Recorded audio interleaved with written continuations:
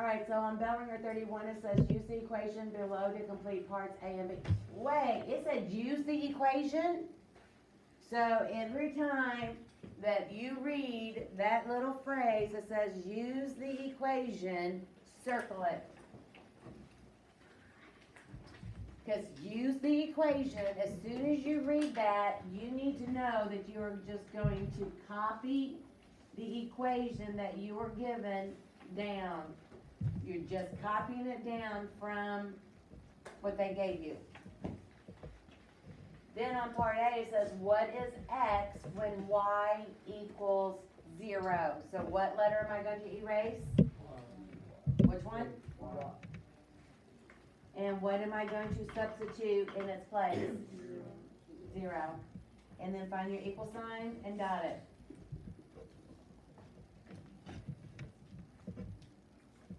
Put your finger on the variable. Is the variable isolated? No, it's not. And since it's not isolated, we have to use those solve equation skills. So, do I want to get rid of the -5 first, or do 15 first? 15, and how am I going to do it? Do the opposite. Yeah. So we're going to do the opposite. Yeah, this is just solve equation skills. Circle your like terms, and what am I going to do to my like terms? Combine them. So when I combine them, positive 15 combined with negative 15, you get 0, so they literally just disappear. Remember when I threw them? Threw the markers? Because I needed to get rid of them, so I threw them away. I had nothing.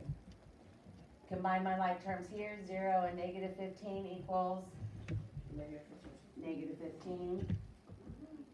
Bring down my negative 5x.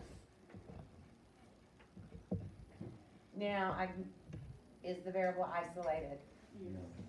No. Is the variable all by itself? No. No, it has numbers over there, or at least a number over there with it.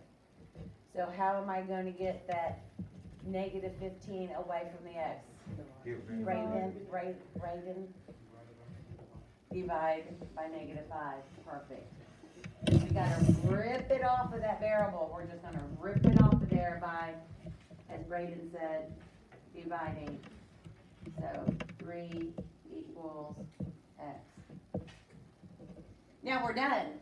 You're literally done with this problem, but I want you guys to practice using, or practice writing ordered pairs. What number goes first in an ordered pair? Am I going to write the x or the y? X.